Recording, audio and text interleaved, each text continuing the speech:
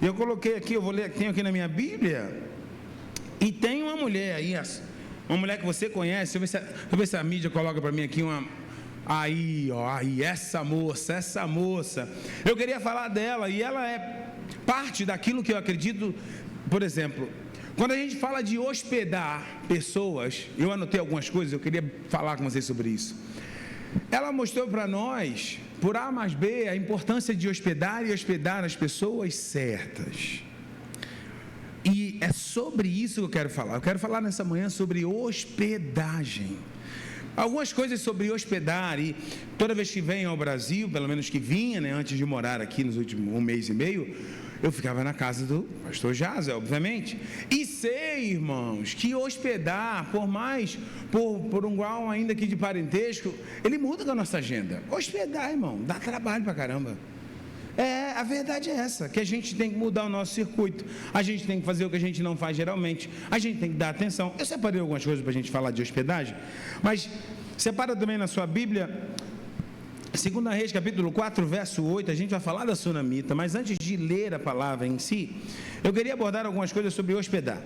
Hospedar fala de quê? Fala de hospitalidade. Eu separei algumas coisas para a gente lembrar aqui, ó. Fala de generosidade. A gente é generoso quando a gente hospeda alguém, porque às vezes a gente hospeda alguém que a pessoa não tem opção, nem você tem opção de dizer não, nem ela tem opção de não aceitar. Então, hospedagem fala de generosidade. A hospedagem em si também fala de cuidados especiais com a casa. Você se programa, você ajeita a sua agenda, você faz uma série de outras coisas para poder hospedar a pessoa. E não para aí, porque se você deixa de fazer o que você de costume faz, você tem que dar tempo e fazer, até cancelar coisas, para que você tenha tempo para dar atenção ao seu hóspede. É ou não é assim? Você que já hospedou, quantos já hospedaram aqui na sua casa? Deixa eu ver. Olha quanta gente. Vocês são um povo hospedeiro. Espero que tenha sido a pessoa certa. A gente vai falar sobre isso. Não, cuidados especiais com a hospedagem. Se você tem filhos adolescentes, deixe esse banheiro aí para o nosso hóspede. Não usa esse banheiro e tal. Olha, não faz barulho, temos uma pessoa dormindo em casa e etc. Então são cuidados especiais. E a gente fica, quando a gente chega na casa de alguém, a gente percebe que as pessoas estão se privando de algumas coisas. É visível que as pessoas estão deixando de fazer algo por conta da nossa presença. Então, a gente faz a mesma coisa quando recebemos? É óbvio que fazemos, porque queremos que a visita tenha um bom tempo na nossa casa, é ou não é? Então, eu peço a você e louvo a Deus por sua vida, porque não é fácil hospedar. A verdade é essa, não é fácil hospedar. Vai pedir de você um nível de generosidade e de paciência absurdo. Por quê? Nós estamos acostumados com a nossa rotina e está tudo certo.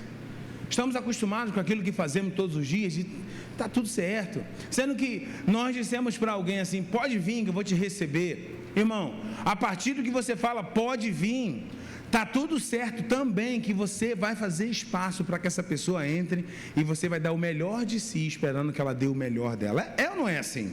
É assim, irmão. E aí, e hospedar dá trabalho, gente. Por conta disso, hospedar dá muito trabalho, porque você não quer dizer, porque não é bonito dizer que dá trabalho, mas dá trabalho. Aqui ninguém está hospedando ninguém agora, eu não estou hospedando ninguém, então posso falar isso, mas todas as vezes que hospedamos alguém na nossa casa, a gente sabe, ufa, Jesus, graças a Deus que Ele arrumou um lugar para ir, e graças a Deus que a nossa rotina vai voltar. A gente não fala isso, em nome de Jesus, não fale isso para os seus hóspedes, antes que eles vão embora, na ausência deles de preferência, porque a pessoa que está recebendo ser hospedado na sua casa, possivelmente está mais necessitado que eu e você. Então, por isso que hospedar é tão importante. E a gente vai voltar na sulamita. Porque hospedar não tem só trabalho. Hospedar também dá aumento de custo. Aumenta o custo. A alimentação aumenta, a energia aumenta, a água é mais cara. Todas as coisas aumentam. O iogurte, que antes era só 2, agora você compra 2 litros. Os ovos que eram 20 por mês, agora talvez passe, dependendo do hóspede, passa para 40, para 60 ovos por mês. Então, sabe lá Deus como é seu hóspede, se ele come muito ou pouco, né? Não me convide para sua casa, que eu gosto de ovos, então vai dar muitos ovos. Então, mas o hóspede, por sua vez, eu estou falando de hospedagem, e o hóspede, por sua vez, o que é que a gente espera de quem a gente hospeda? Eu separei aqui, que ele seja educado, que ele siga as regras da casa, ou que ela siga as regras da casa, que eles procurem ser agradáveis, que eles possam ser agradáveis. Tipo assim, é prazeroso ter essa pessoa, é prazeroso, por mais trabalho que dê, mas a pessoa é tão agradável que eu ficaria com eles mais uns dias. Tem ou não tem pessoas assim? É óbvio que tem. Pessoas que, eu me amarro, eu amo. Me amarro é bem daqui mesmo, né? Faz tempo que eu não falo isso. Me amarro. Quando, por exemplo, ainda aqui nos Estados Unidos, hospedava alguém que contava piadas saudáveis. Em nome de Jesus. E fazia a gente rir, contava piadas assim boas, agradáveis, e lembrava de algumas coisas, alguns trocadilhos. Aquilo fazia a gente rir, contava uma história engraçada, sem ofender a nossa fé e os nossos princípios. Então, pessoas agradáveis, pessoas que dá vontade de ficar, né? Aí, responsável Josué, por favor, comparecer ao Kids, olha aí. E aí, ainda falando de hospedagem, dependendo do tempo que o hóspede fique na sua casa, ele vai ou ela vai acabar participando dos afazeres da casa. Porque uma coisa é ficar uma semana, outra coisa é ficar 2 semanas, 3 semanas, 4 semanas, 2 meses, Jesus, 3 meses. Então não tem como, a casa funciona depois de uma semana, não tem como você fazer mais sala, não tem nem sala, não tem nem quarto para fazer. O cara vai ter que entrar na rotina da casa. Fala, meu filho, minha filha, olha só, você foi hóspede até aqui, mas daqui para frente já está morando comigo. Então você precisa, entendeu? Você precisa me ajudar. Tem uma louça ali, o nome dela é Su, mais conhecido como Su, vai lá lavar depois de jantar, né? Não, em nome de Jesus. Então, sua roupinha linda que eu recolhi na primeira semana, por favor, leve até a máquina. Então, querendo ou não, irmãos, o hóspede, ele vai precisar, se ele ficar muito tempo na nossa casa, entrar na rotina da igreja, vai ter que entrar na rotina da sua casa.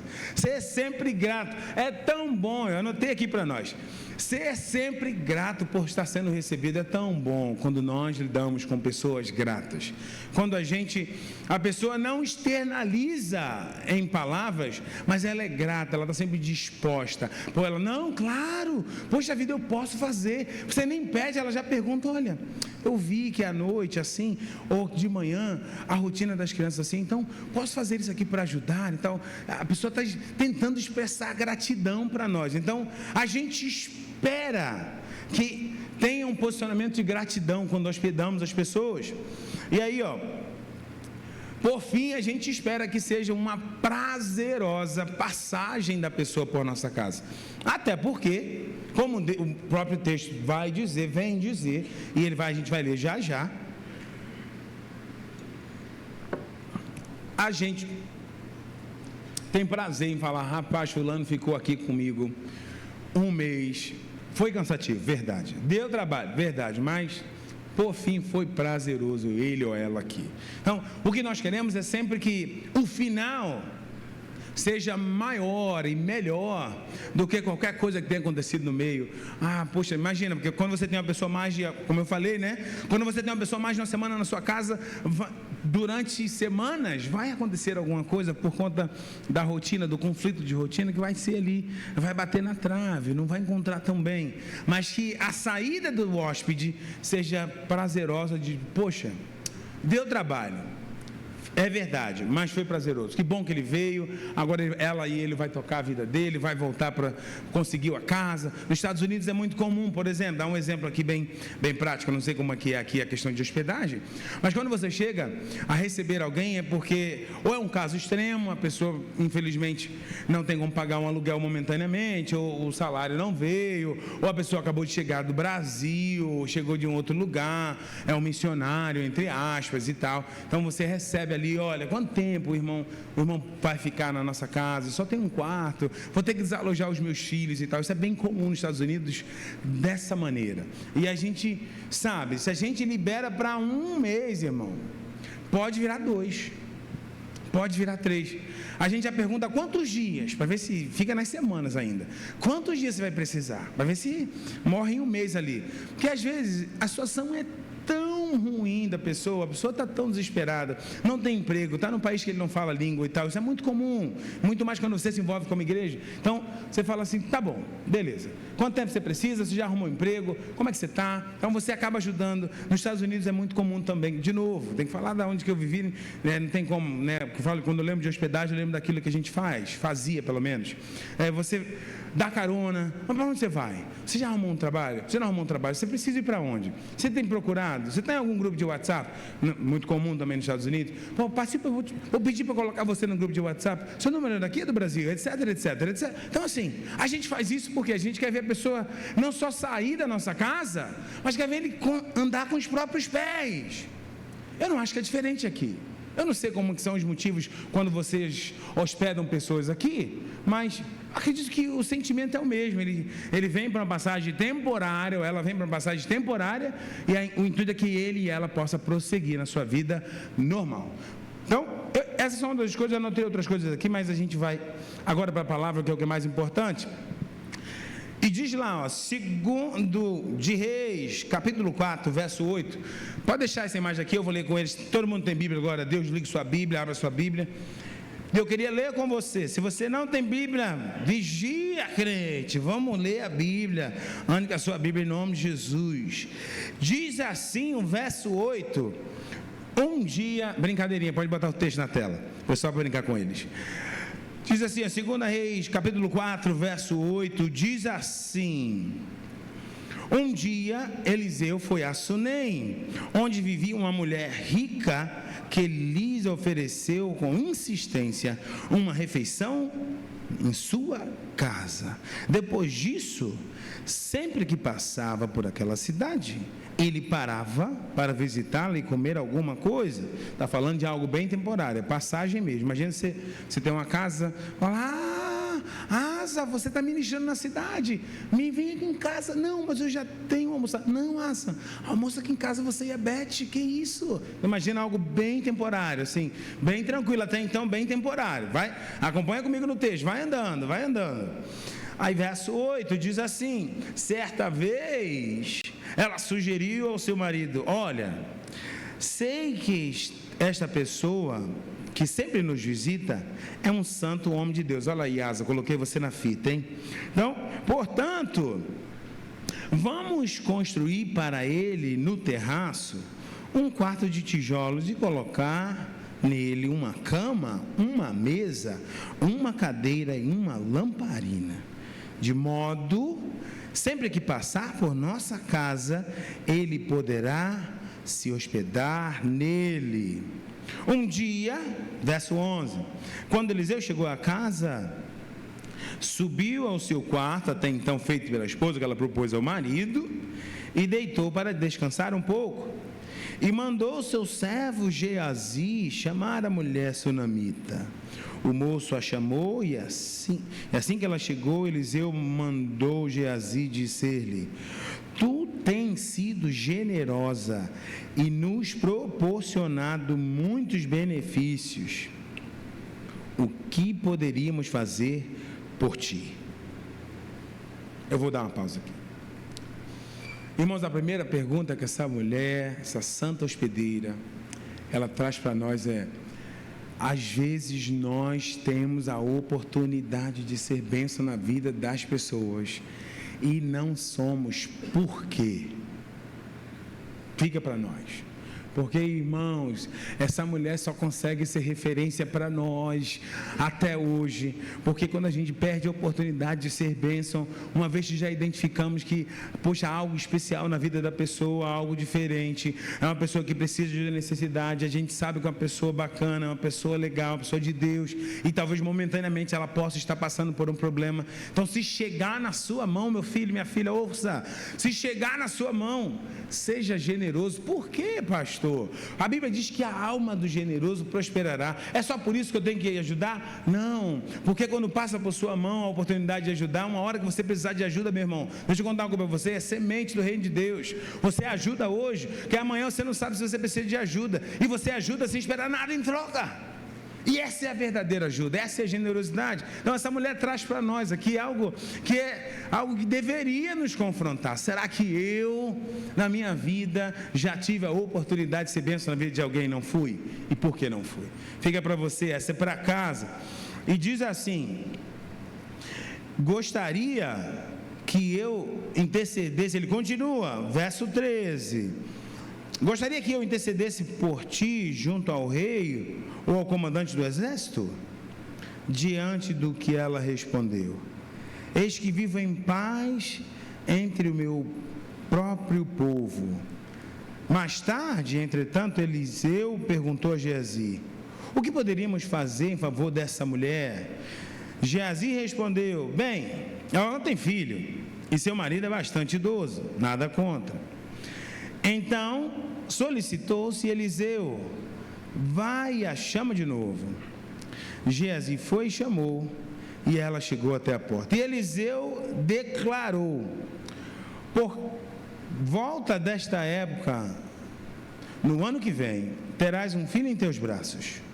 Contudo, ela ponderou: não, meu senhor, não iludas tua serva, ó homem de Deus. Entretanto, assim como Eliseu lhe afirmara, a mulher sunamita engravidou e no ano seguinte, no tempo certo, deu à luz a um filho.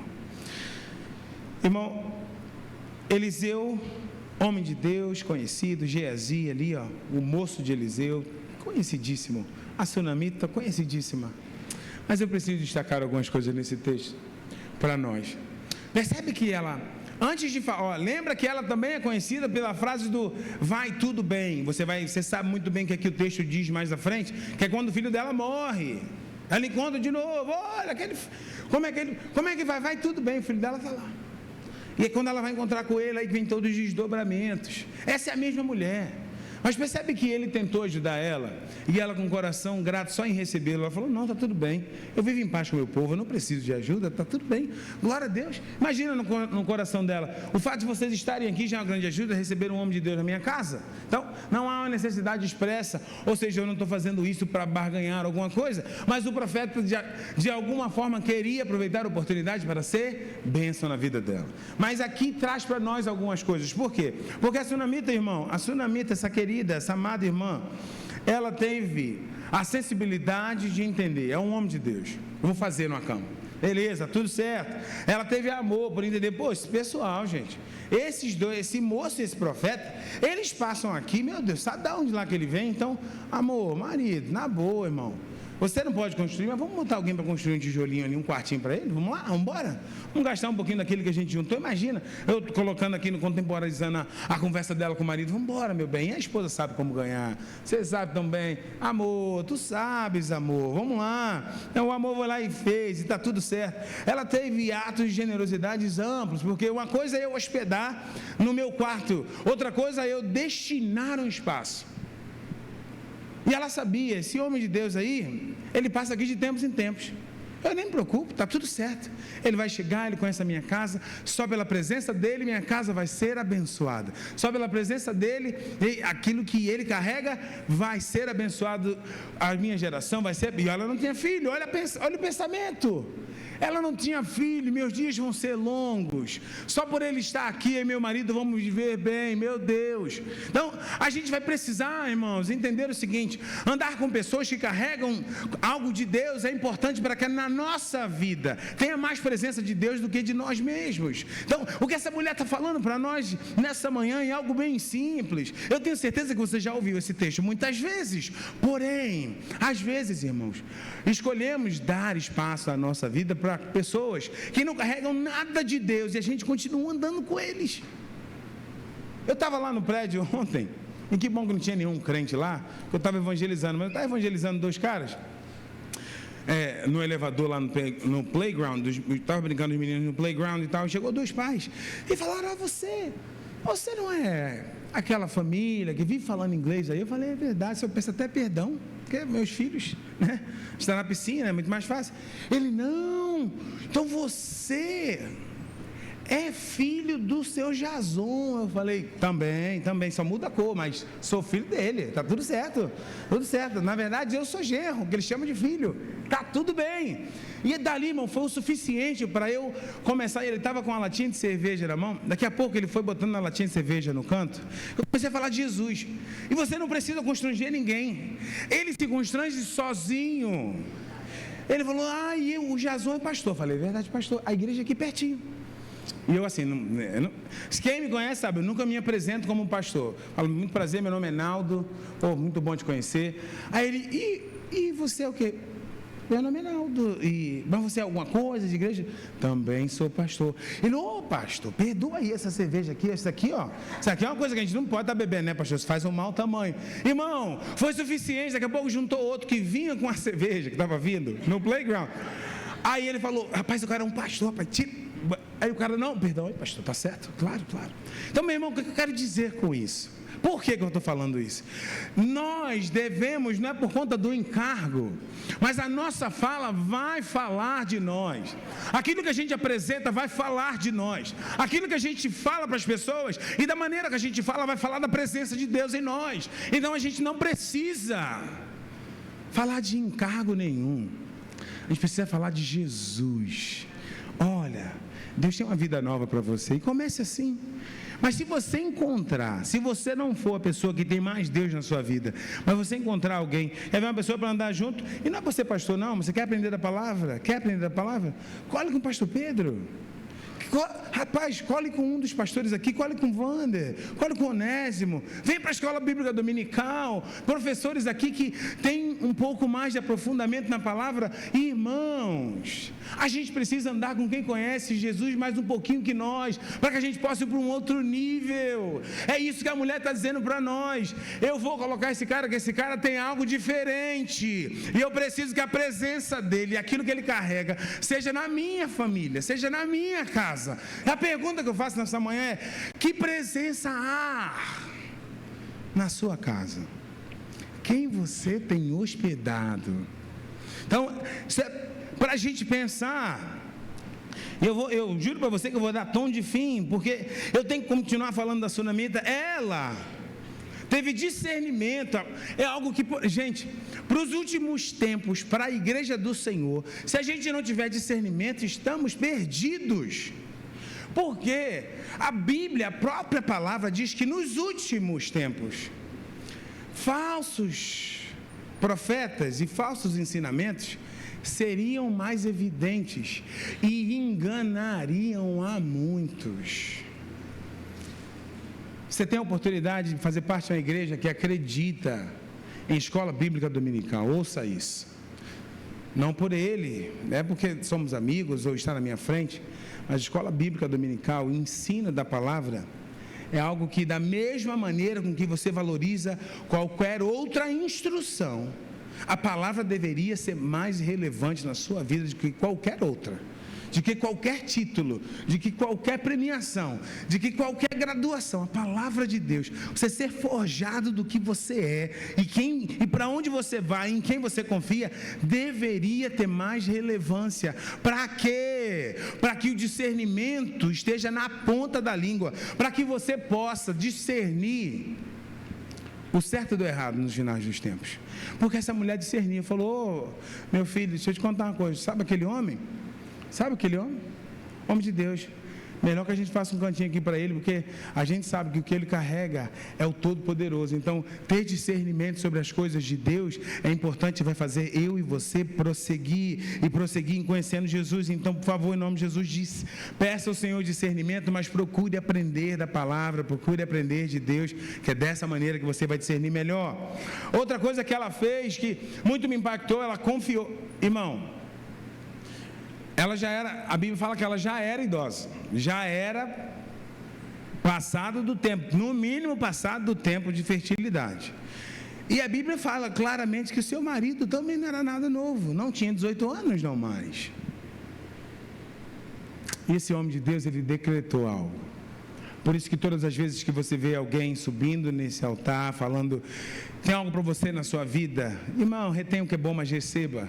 Porque quando as palavras forem profetizadas sobre a sua vida, como Asa faz aqui, queria profetizar sobre você no momento do louvor. Quando alguém que ministra aqui queria profetizar sobre a sua vida, receba.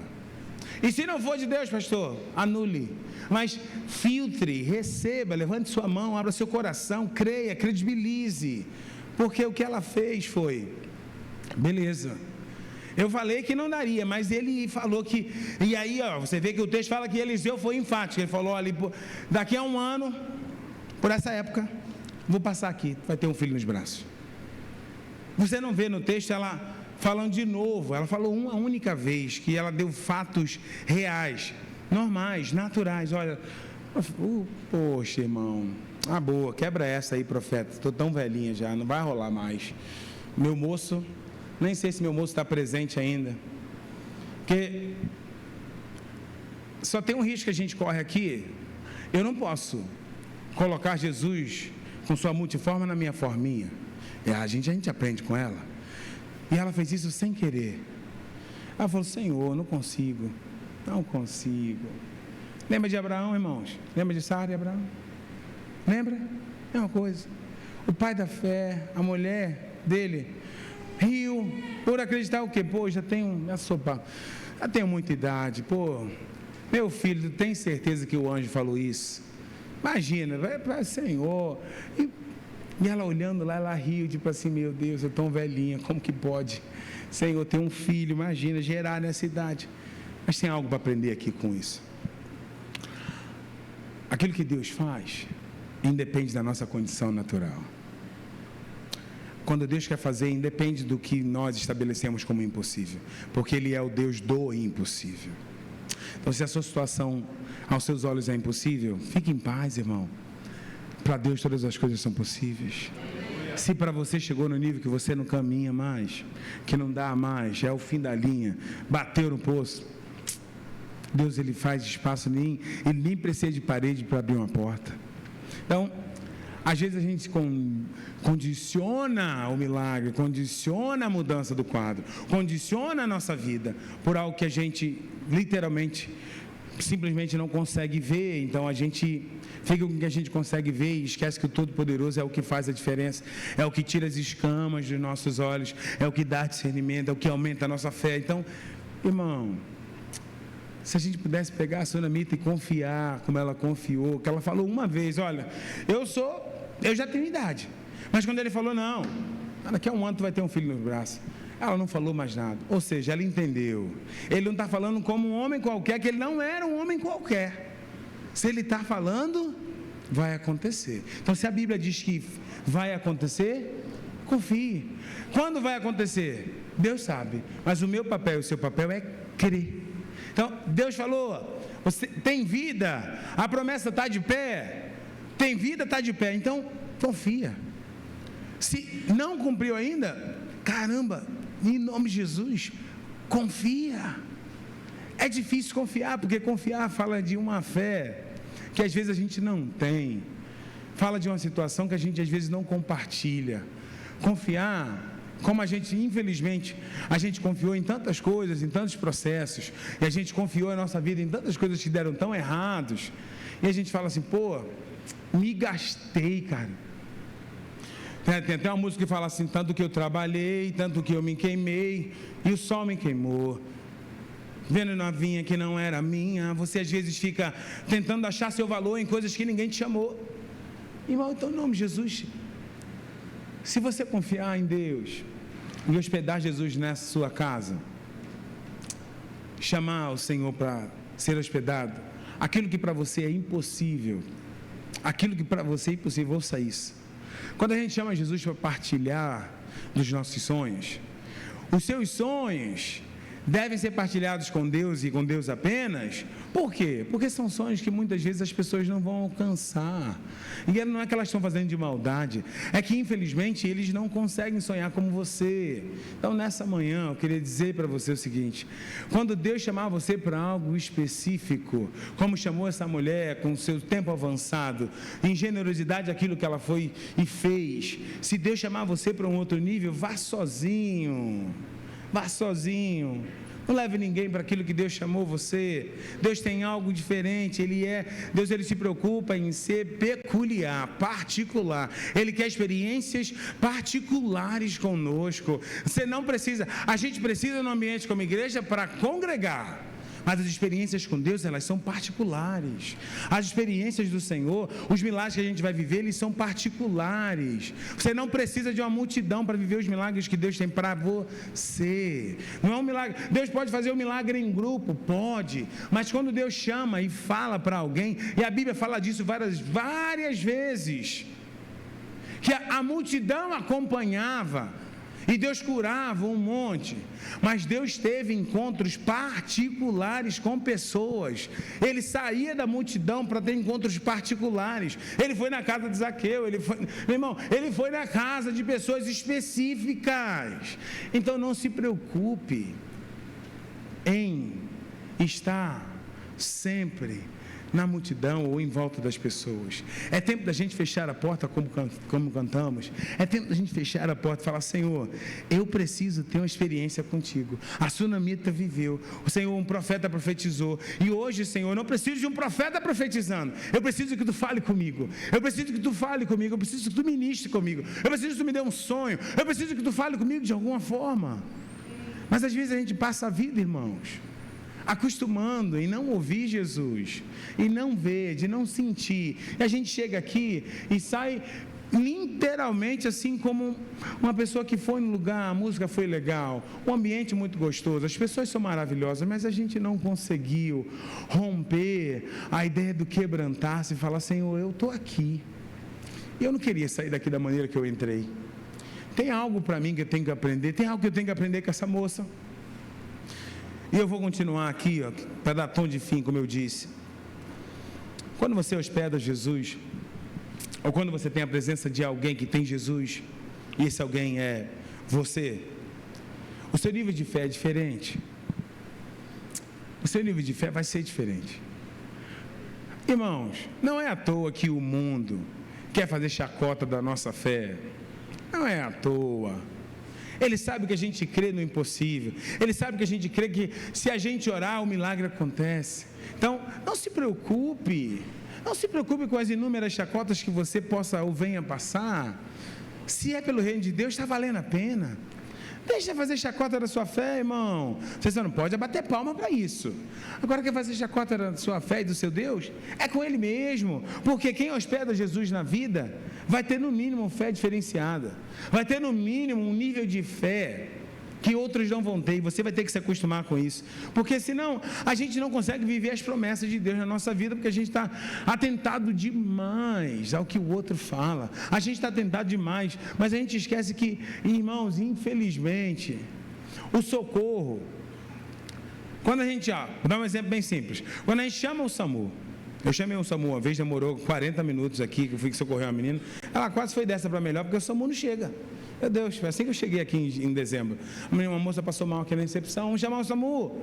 Falei: gente, alguém leva no hospital, porque vai demorar, a cidade muito agitada e tal. Demorou 40 minutos para chegar um SAMU que veio aqui do bombeiro do MEI. Eu falei: irmãos, quando você chama Jesus, não é que nem o SAMU não, Jesus ele socorre na hora da dor. Quando a gente chama Jesus para socorrer, ele fala assim: peraí que eu vou mandar um anjo aqui que está na fila. Um minutinho, daqui a 15 minutos ele chega, ele vai dar uma parada lá aqui em Belém, depois ele vai no Pará, depois ele desce no Rio. Irmão, Deus ele manda o socorro na hora exata, sendo que às vezes a gente vai buscar socorro com gente errada, a gente vai buscar socorro com a pessoa errada, a gente vai buscar saída com a pessoa que Deus já mandou, e aí a gente deixa de ter intimidade com Deus, porque na hora do aperto, eu não tenho nada contra os pastores, mas na hora do aperto você quer ligar para os pastores em vez de você mesmo orar por você. Fala: Senhor, socorre aqui, eu estou padecendo. Por que eu estou falando isso? Os pastores presença de Deus nessa igreja? Amém, verdade. Mas você sabia que o mesmo Jesus que vive na vida desses homens vive na sua vida? Então, o mesmo socorro que chega a partir da oração dos homens de Deus nessa casa, vai chegar quando a sua oração sincera e verdadeira for feita. Então, você e eu não dependemos de uma oração específica, a gente precisa de uma fé específica. Sabe o que diferencia a gente de pessoas que se apegam mais a Deus? O relacionamento que eles têm e desenvolvem com o Senhor. Agora, se você não desenvolve relacionamento nenhum, meu filho, os pastores ou qualquer outro bispo, profeta nessa vida, vai ser sempre o seu semideus, porque a gente não quer intimidade com Deus, a gente quer alguém que tem intimidade, e não é isso que Deus quer. Então, nessa manhã, eu queria que você, de verdade, atentasse para isso. Será que você está hospedando na sua vida muito mais opinião dos outros do que relacionamento com Deus? Tem que se ligar, vai ter que atender, vai ter que perguntar a si mesma ou a si mesmo: Senhor, será que eu estou hospedando pessoas, como eu disse no início?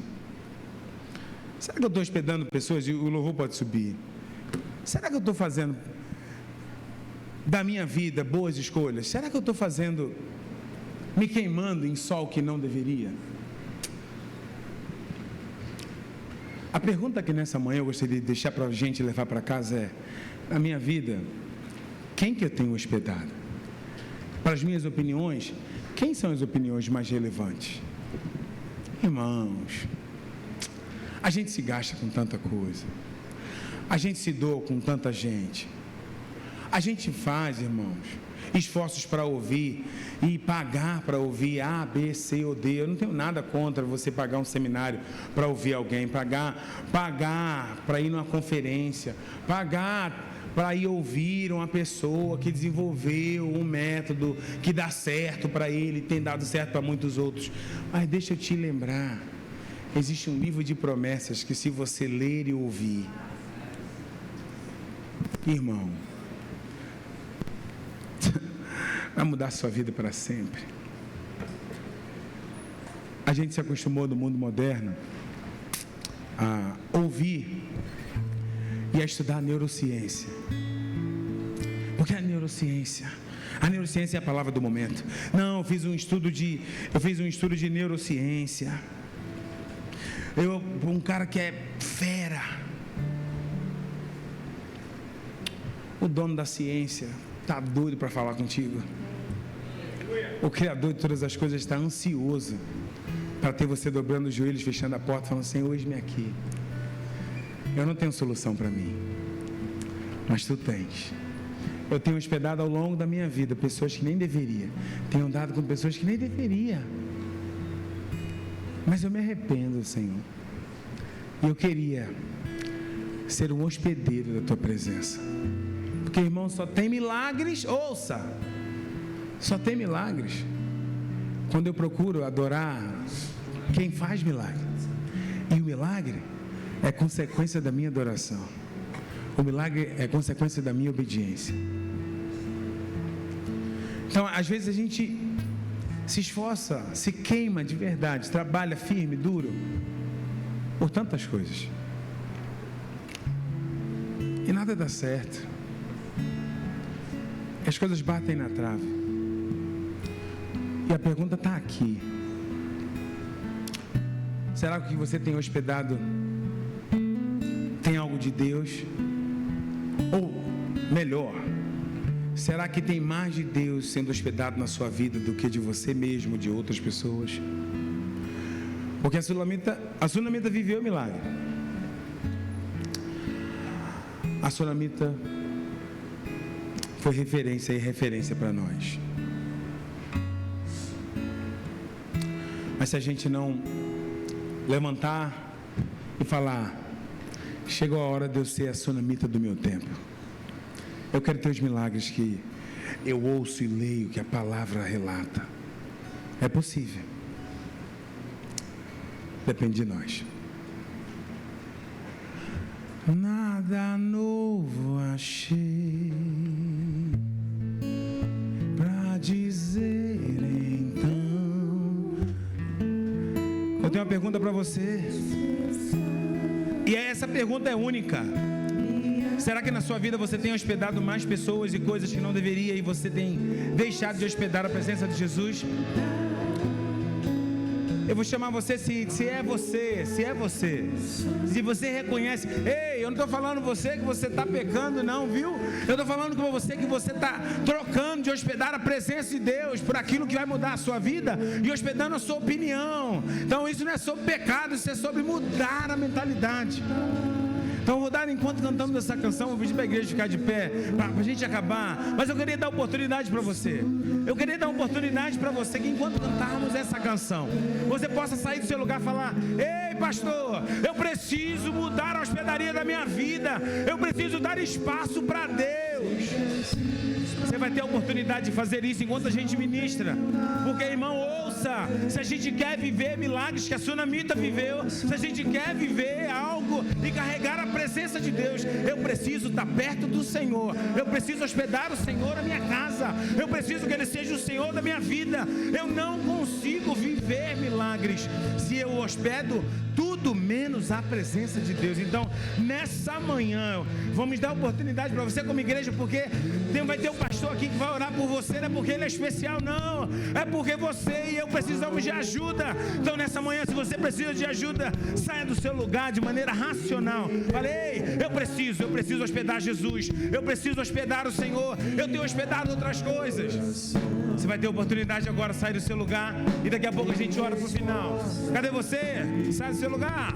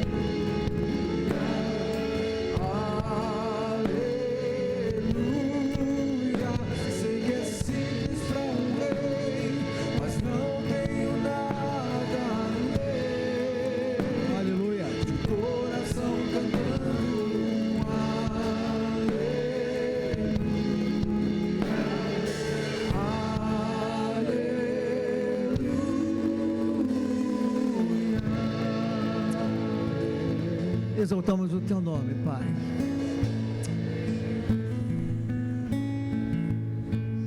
Queremos colocar o nosso coração diante de Ti, Senhor, para termos a consciência daquilo que temos hospedado no nosso coração. Queremos abençoar os Teus filhos, Pai, que estão aqui à frente, que reconhecem, e que a análise que nós fazemos na nossa vida, Senhor, reconhece que algumas coisas que alguns hospedeiros que precisam sair e alguns bons hospedeiros precisam entrar. Renova a comunhão, a intimidade, Senhor, renova as forças na vida dos Teus filhos. Nós oramos e os abençoamos em nome de Jesus, em nome de Jesus.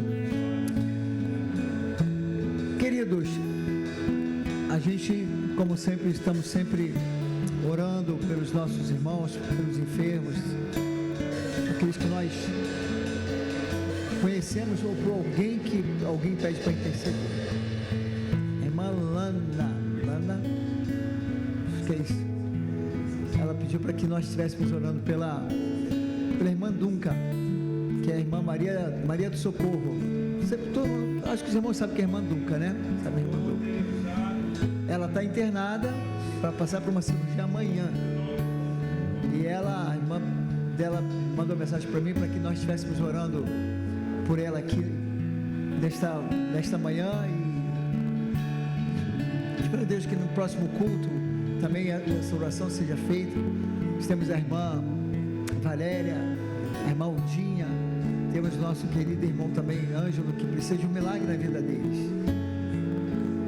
Quando a gente ora, irmãos, Deus escuta, os propósitos dele se cumprem. A gente não ora só porque, vamos orar. Não, a gente ora porque a gente quer que Deus age, que Deus faz. Temos a história hoje da Sunamita, em que o Senhor agiu 2 milagres: o milagre da concepção e o milagre da ressurreição. De uma vida só, 2 milagres extraordinários que pode acontecer na nossa vida e na vida dos nossos irmãos. Amém? Vamos orar. Senhor, mais uma vez nós queremos orar, interceder a Ti em favor dos nossos irmãos, Pai, da irmã Aldinha, da irmã Valéria, do Anjo, do pastor Jason, que precisa de um renovo também de saúde, e na vida da irmã Dunca, Pai, da irmã Maria de Socorro, que vai passar pela cirurgia amanhã. Estende a Tua mão sobre ela, Senhor. Usa os melhores médicos, instrumentistas, Senhor, aqueles que vão estar cuidando da Tua filha.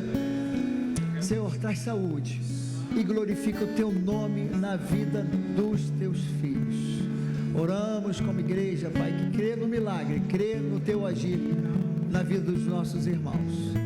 Oramos, bendizemos, por esta manhã abençoada nós queremos Te dar graças, Senhor, pedindo sempre, Pai, que Tu guarde a nossa saída, abençoe a nossa escola dominical, que vai começar logo em seguida, Senhor, e o culto que teremos daqui a pouco. Nós oramos entregando o nosso dia, tudo nas Tuas mãos, pois Te oramos e por tudo Te agradecemos, em nome de Jesus, e que a bondade do Senhor, a graça do Senhor, a misericórdia do Senhor, ela seja sobre nós, hoje, sempre, no consolo do Espírito Santo na nossa vida.